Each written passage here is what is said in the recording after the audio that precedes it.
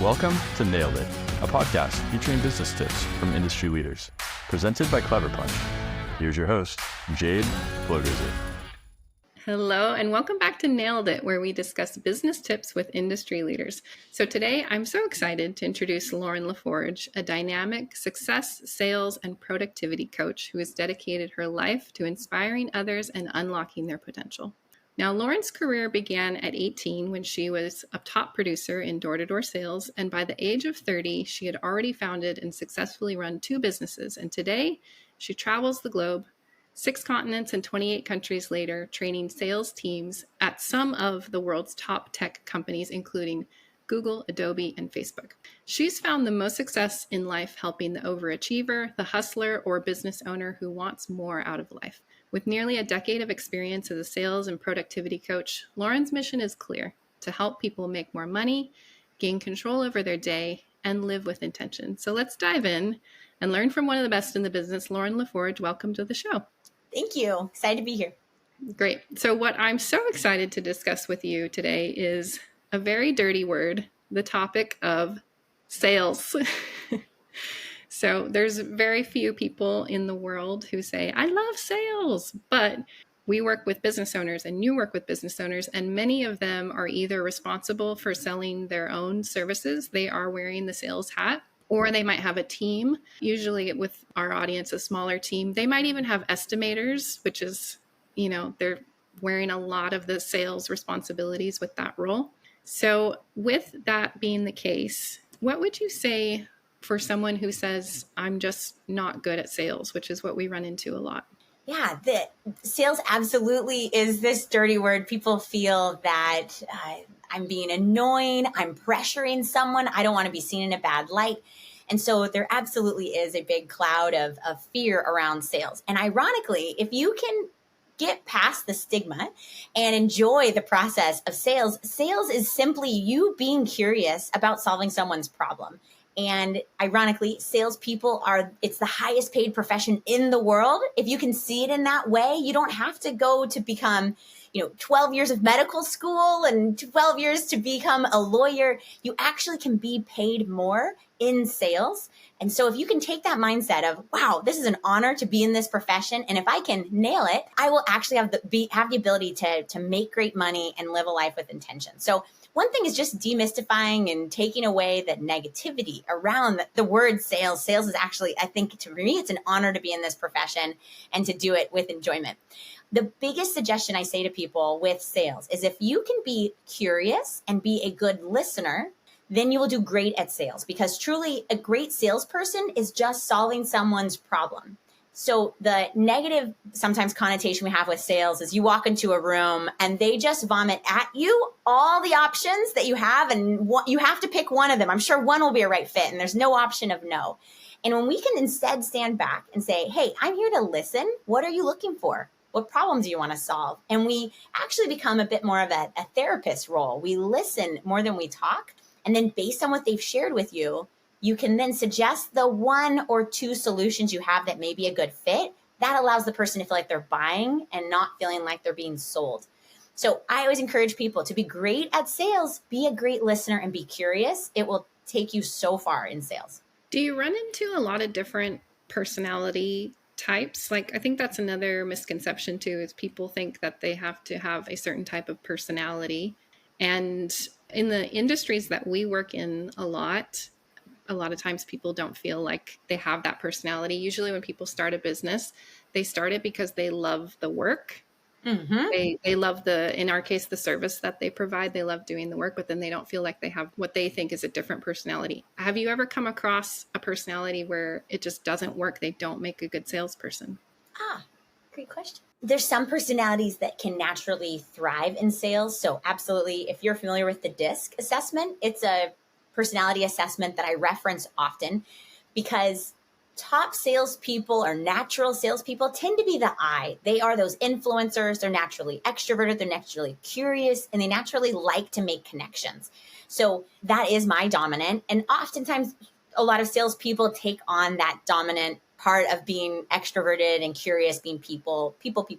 However, it doesn't mean if you're another strong personality style that it makes you any less talented at sales. As long as you stay in that space of being inquisitive and curious, you will do well. So there are people, perhaps if you are more of a background, I work with a lot of accountants who, their natural skill set is the opposite. It's the C in the desk. They're cautious. They're really focused on accuracy. What is the right answer?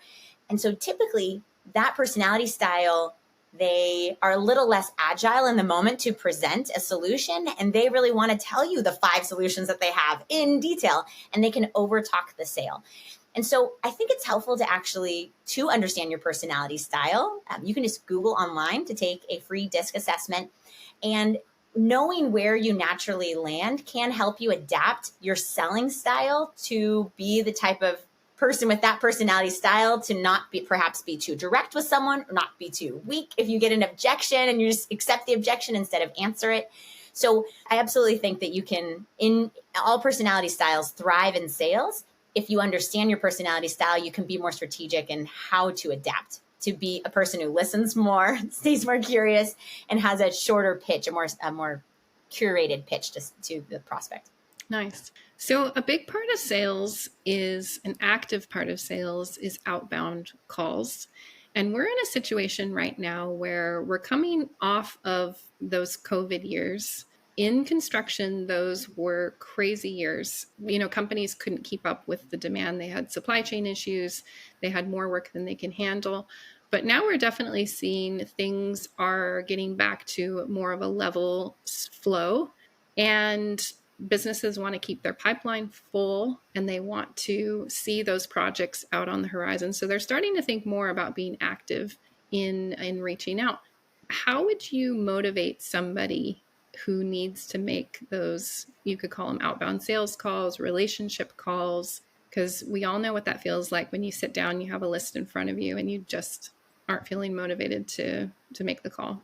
Absolutely. One debunk, I love sales, and that is always still a hurdle. If it has to go from I'm not doing something to I am doing something, we call it activation energy. And we actually face it before we do a workout. We face it before we sit down to organize our taxes. We might face it before you have to clean your house when someone's coming to visit and you're like, So recognizing it's not actually specific to sales. Typically in a book by Mel Robbins, and she calls it the 5-second rule. In it, she talks about truly counting down from 5 to 1 to get yourself into something. And ironically, that applies to all things that perhaps feel scary, difficult, and outbound sales calls, outbound follow-up calls. Interrupting someone, however you want to think about it, is exactly that thing. It can feel heavy to get started in. Once, though, you do that first call, if you notice, things flow and it feels easy and it feels fun. It's the getting started that can be hard. One thing I think is really important is you want to make sure you have a really clear why, that your why is stronger than the fear, because it's that why that's going to pull you through the fear, because the fear is there for even the most seasoned salespeople. The fear exists in the same way that there's the fear to get up and put on your sneakers and go for a 5-mile run. There's that hesitation when it's not born into that natural habit. It's the activation to get started. So clearly know your why. Is your why competition? Being the best? Is your why's recognition, getting your name in the paper, being a part of some industry magazine that your home is featured in? Is that exciting to you? That's what you want to be running towards. Is it perhaps money and the income that can come from it? The things you can do with that money? Is it custom building your own dream house? Is it getting the beach house? Is it taking your family to go travel in Italy for 2 weeks in the summertime? If we have a clear picture of your why, typically that will help it be faster to get activated and pick up the calls, because I want to get to Italy. So I'm going to make these 10 calls. I want to get an Architect's Digest. Okay, I'm going to make sure I make these calls. And so knowing your why is a really big part of it. I encourage people, get an image. We're visual people. And so getting an image of your why, even if it is just that one dream home, or imagine yourself on that magazine, that put that in front of you, put it on your wall, so that as you start to do your outbound calls, you're calling for that. And it doesn't matter what the person says. We know that through consistently showing up, just like consistently showing up at the gym, you're going to lose weight. If you consistently make the follow-up calls and sales calls, you will bring in more business, and your business is going to flow. So I'd say clarify your why, Recognize that it's a normal hesitation for anything that is a change of energy when you have to get that activation energy flowing. So those are the two biggest things I usually encourage people to identify to get yourself into action. The third thing that can help, since the activation energy is the hard part, you can try not to put the pressure that every day I'm having this outbound sales block, and instead, perhaps 2 days a week, have a 2 or 3 hour sales block. And so that you really can let yourself get into the flow versus trying to get started from zero every single day. So that's a technique that can help you to just get more calls done. I love it. That third tip is amazing because it's true with most things that are difficult. Once you get started, it's easy to keep going. Mm-hmm. So Absolutely. that leads me to my next question, because now you're on a call, or perhaps this would apply to being in person during a meeting face to face with somebody. Do you feel like there's some important factors or some core pieces, some core components that contribute to a successful sales meeting that someone can keep in mind, or someone could even gauge that the meeting went well, that they hit all the markers that they need to? Absolutely. As in anything that you study, sales actually is a studied craft. There are best practices, there are frameworks to follow. So on one side of it, if you haven't studied the art of sales, I highly encourage you to look up a LinkedIn learning video or Google online to get some great frameworks to follow. It is a skill set, just like learning to ride a bicycle or go surfing. When we can know the do's and don'ts, the right process to follow, it can help you feel more empowered. You're not just winging it. You have a process and a plan. I highly encourage people to get a sales script for yourself. Doesn't mean you're a robot on your sales call, but it allows you to nail the most important parts and to focus on things like listening. So you're not just worried about what am I going to say next. You always have that pre-thought, pre-organized sales script to follow. So that can be really helpful to have in your sales conversations. That said, of the parts of the sales conversation, which for me, I believe there are 5 key areas of the sales conversation, the most important part that I feel is the curious part, the discovery part. We say that this should actually be of an hour consultation. This should be about 30 minutes of that hour is you gathering information and getting to know the details. This is like turning on a light, so then you know how to get to the other side of the room. If you don't turn the light on and you just start pitching, you're going to run into some furniture. You might get injured. We may never get the sale. You may not get to where you want to go.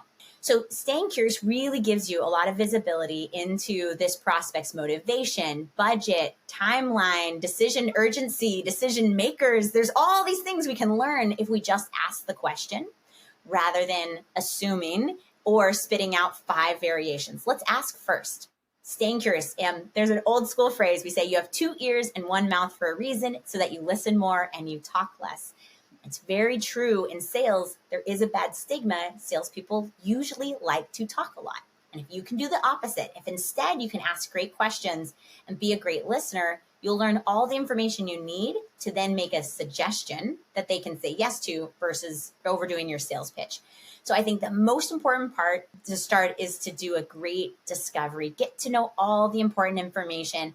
And psychologically, when you ask questions and someone is talking about themselves, they actually feel important. They feel valued. They feel heard. So you're creating a trust in that relationship because you're also listening, allowing them to speak. So that part is also percolating while you're in this discovery situation. The second part that I think is important that a lot of people will mess up in a sales pitch is that they overtalk the sale. So I've learned all the information and now I'm going to just spew all the variations and here's my memorized thing and I'm putting it towards you. And I think it's really important to curate and have a customized, succinct sales pitch. So based on what they shared with you, it's your job as that therapist to listen, and then you pull out the key information and then you pitch specifically, like holding up a mirror back to them. Here is this product I think you'll like, or here is this custom built home I think you'll like. And these are the reasons. And you reflect it. You mentioned that, and this is what this home has. You mentioned that, and this also is this thing. And this part you also mentioned, I think you'll really like. So you just customize that pitch. Your custom built home that you're presenting in this architect version may have 50 amazing elements. Great. Pick the 3 or 4 that are most pertinent based on what their needs are. That will allow the person to not get overwhelmed with information and to easily buy, easily say yes, because you just reflected, I heard you, and here's why I think this is a good match. The other version of that is, yes, sharing everything. The person's overwhelmed with information. They start to get distracted. They start to look away. You notice they're checking their clock. If it's virtual, in person, they may actually check their watch or their phone.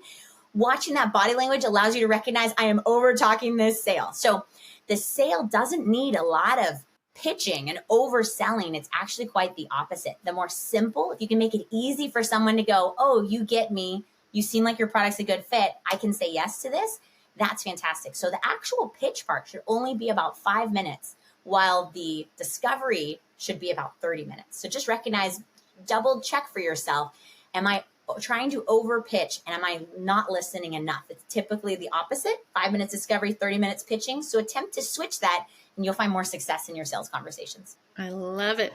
That the third part is very relatable, I think, to a lot of business owners because they are experts in what they do and they are very passionate about what they provide.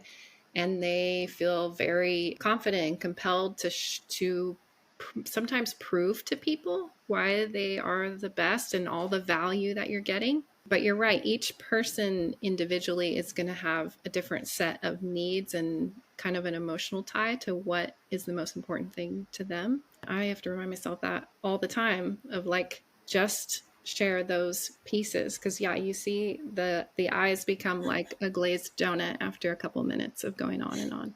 Our attention span, they actually say, is only 5 to 7 minutes to just really be listening to information. Otherwise, our brain starts to problem solve. And with smartphones and technology today, we reach boredom faster. So it's just important to be succinct and work with those brain patterns. If they can only focus me on for 5 to 7 minutes, what are the highlights I'm going to put out there? And recognizing who's the hero of this story when you're pitching. Sometimes if we go through here are all my awards and accolades and here's the 20 versions of homes that I've built, it's all about you. And if we can instead let them be the hero of this story, it's their project that you're helping to be that guide on, that really allows you, you're only highlighting the things that are information that's pertinent to that hero's story. So know that you're the best. That's why they're talking to you. That's why you have a great website to reflect it. And in that sales moment, just bring up the parts that are going to help them feel proud to have chosen you to build their home or do their work. I love it. Another important aspect in the world of sales is referrals and asking for referrals. This is huge because most business owners in these housing, design, architecture industries rely on referrals. Majority will say our business comes from word of mouth and referrals. So I wanted to ask you, how can someone ask for a referral without feeling slimy and icky about it? Absolutely. It's a question I get often. And I agree, referrals are the quickest way to cash. I actually just hopped off the phone with a prospect of a financial advisor, and he was saying, we're doing this big campaign, that we do this conference, and then we do a one-on-one, and then this, and I said, what happened from all that rigmarole? I said, oh, we got, one financial plan was made. I said, okay, good. And it was very little that he got back from this huge process of getting this prospect in the door. And I encouraged him, as I absolutely will encourage your audience, Jade, go for the referrals. It's like there's a tree and you shake the tree and the fruit falls and it's right there. Oftentimes, all the relationships, the amazing clients you've already been working with, they love you, they trust you, they're proud of your work, they're excited to share you with their audience, and they probably are already sharing you with their network. And so just recognize that is, I think, one of the fastest ways to have a really healthy book of business of clients that are like-minded, just like your other ideal clients. And there's that trust that's already baked in. Your sales cycle's faster. They're usually willing to spend more money with you because they're friends, because there was that connection. So if you're debating, do I do this really long, complex sales cycle, or do I just ask for a referral? Ask for the referral. It is the quickest way to cash to great new next business. That said, there's that discomfort part, the uncomfortable part of actually reaching this in your conversation. So I always say there's two types of referrals. There's a proactive referral ask and a reactive, more passive referral ask. The passive referral ask is still fantastic. It simply is us at the end of our conversation, and maybe you're connecting with a past client, checking in how things are going and saying, hey, by the way, I just wanted to let you know, I am actually looking to work with 5 new families this year. So if you have 5 families who are looking to get their home redesigned or their office, just let me know. Feel free to pass my name along. I'd love to be a part of their story. So you can actually having like a succinct number, not just like bring me anyone, but saying this is my goal and I'd love if you could help me with it. They're usually excited to jump on, but it's passive. I'm not saying like, give me some names now. I'm just saying, hey, throwing it out there. Another nice little thing you can add on to it is I'm not asking everyone, but I wanted to ask you because I loved our work together and I loved what we were able to create on your project. And so you also create a bit of uniqueness for them. And this is probably true. You're probably not asking everyone. You probably are only asking your ideal clients. And so tell them that. I'm not asking everyone. I'm asking you because I really love the work that we've done together out of curiosity, or here's these 5 people I'm looking for. If you know of someone, pass my name along. So that's passive. A proactive ask is actually saying the word who and describing observable traits that they may know. So it's kind of taking it one step further. You do not have to ask this way, but you can. The proactive will get you leads faster. So if you need to grow your business fast, do it the proactive way. If you're fine at the pace you're going, do it the passive way. And the proactive simply says, out of curiosity, who do you know who would be a good fit to work with me? I'm looking for families who, is our interior design example, but you're going to explain scenarios, who just moved into a brand new home, who, maybe the wife shared with you that she's, a friend of yours who's feeling they're in a rut and they want to do something different with their home design this year. Or it's a realtor who really loves staging homes in a particular way, and that would be a good. So you mentioned the types of scenarios people are in. Who do you know who may be in that stage in their life right now? And you stay quiet. And you allow them the opportunity to think of people who fit those observable scenarios. So that's a way to do it proactively. And I always encourage people, you can proactively ask for actual clients, and you can also proactively ask for great referral sources. And so if it feels a little bit more comfortable, let's say if you are an interior designer and you do want to meet realtors with families moving into new homes, you then can say, I'd also love to meet realtors who are proactively helping families buy new homes. Who are some of the favorite realtors that you work with?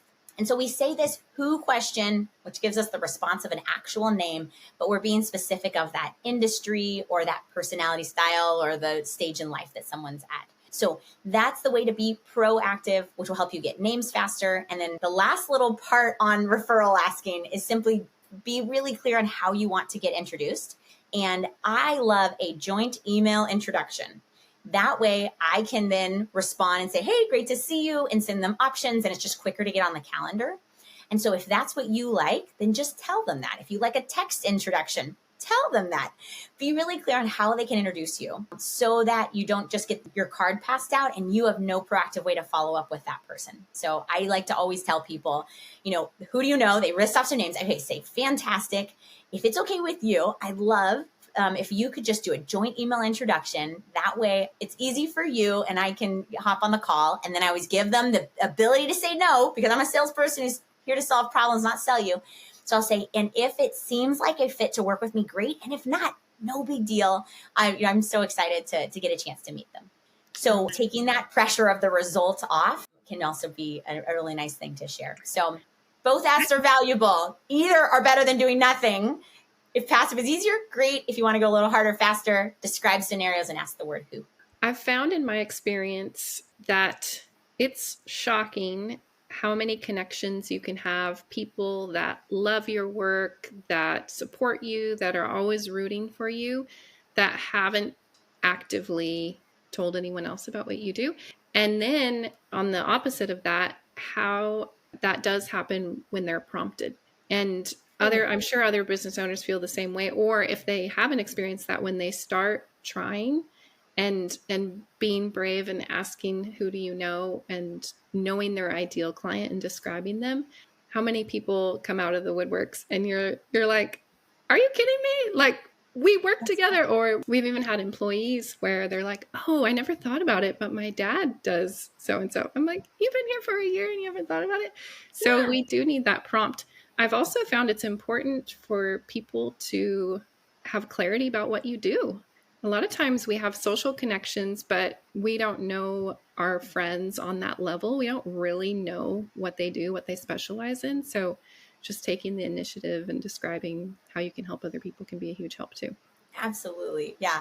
I find there's so, even with my own clients, we'll be describing something. I'm like, wait, you like this niche? I know someone. And so, there's power of asking with clarity who exactly you want, and then have the freedom to rotate that. The next time you connect with them, ask for an introduction to, another specific industry. That's a good parallel referral. We say the more specific, the more terrific. And people have, if you look at your iPhone, right, or your phone, you have, 500, 1,000 contacts. So our brain just is vague. And if we can get specific with kind of memory joggers, it allows someone to that, and all of a sudden that face pulls up in their mind. So specificity and just asking, that they always say, right, that you miss 100% of the shots you don't take, says Wayne Gretzky. And it's the exact same thing with referral asking. So sometimes and then I encourage people, just like exercise, let it be a tangible goal. So if you say, I want to go and do, 10 squats, 2 days a week, and you really count that and you track yourself, you're going to have an amazing looking body by just this consistency of the basic effort. And so the same thing with referrals.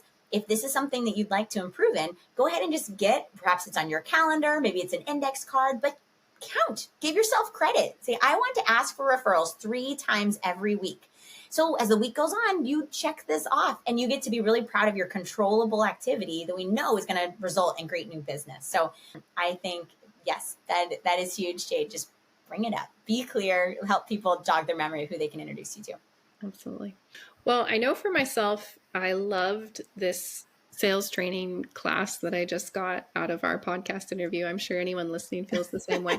If someone listening loves your approach and your style and your enthusiasm and like to know more about working with you personally, what's the best way for them to connect with you or find you? Yeah, there's plenty more where this came from. I'm a big fan of how changing our sales techniques can absolutely change our results, which then impact our lives, our future, our children. As you were talking about the referral asking, I remember this client of mine who I never would have met if I'd never reached out to ask a client, hey, I've got this sales goal. It was a goal for myself. I said, I want 4 more clients. It was November. And I said, I want 4 more clients. Who do you work with who I should know? Who do you think would love to benefit from coaching and growing? And he introduced this one woman to me. She's now worked with me 5 years. We have changed her life. She's tripled her business. She's been able to take her daughter on all expenses paid trips to Greece, Italy, Hawaii, all these things she never thought she could do before. She has now introduced me to lots of other great clients. And if I'd never just picked up the phone and asked, he had her in his Rolodex the whole time. He hadn't thought to introduce her until I asked. And so I love this concept of we can change our lives and people around us by us being brave in sales, in solving people's problems with our great products and services. So there's a beautiful mission that comes with being great in sales and improving your sales. How can you find me? You can absolutely find me on LinkedIn. It's a place that's easy to connect. Actually, I have a LinkedIn learning course all about how to motivate a sales team. So feel free to look up my LinkedIn learning course. You can find me on my website, which is laurenlaforge.com. So pretty simple. And yes, I am usually living around the world. So you can also ask me the question, Lauren, where are you today? And it's usually some fun, exotic location. So yes, I'm excited to partner and help your audience, Jade, to grow in their sales and impact more people. I love it. And we kept the conversation focused today on sales. We didn't even get into the benefits of having a business coach, success coach, somebody that is your ally, that's prompting you. Because if you're a business owner and you need to be active in this area of your business, who's holding you accountable? And so someone like Lauren, someone in a role like hers, can absolutely be that extra little nudge that you need to get on the phone to accomplish those tasks that you set for yourself each week. This has been a lovely conversation. Thank you. I agree. Being a business owner can be a lonely space. And so finding those allies of people who can help you be the person you get to be honest with and can push you to that next level of success. It's an exciting relationship to bring into your life. So awesome. Absolutely. Thanks, Jade. Thank you so much. Thank you for listening to this episode of Nailed It, business tips from industry leaders, brought to you by Clever Punch. Nailed It is all about connecting with people, building relationships, and helping each other. If you're interested in connecting with any of the guests on our episodes, you can find their contact info in our show notes or on the podcast page at cleverpunchco.com. You can also email info@cleverpunchco.com with any questions or feedback. I'm your host, Jade Flogerzi. Thank you for tuning in. We'll see you next time.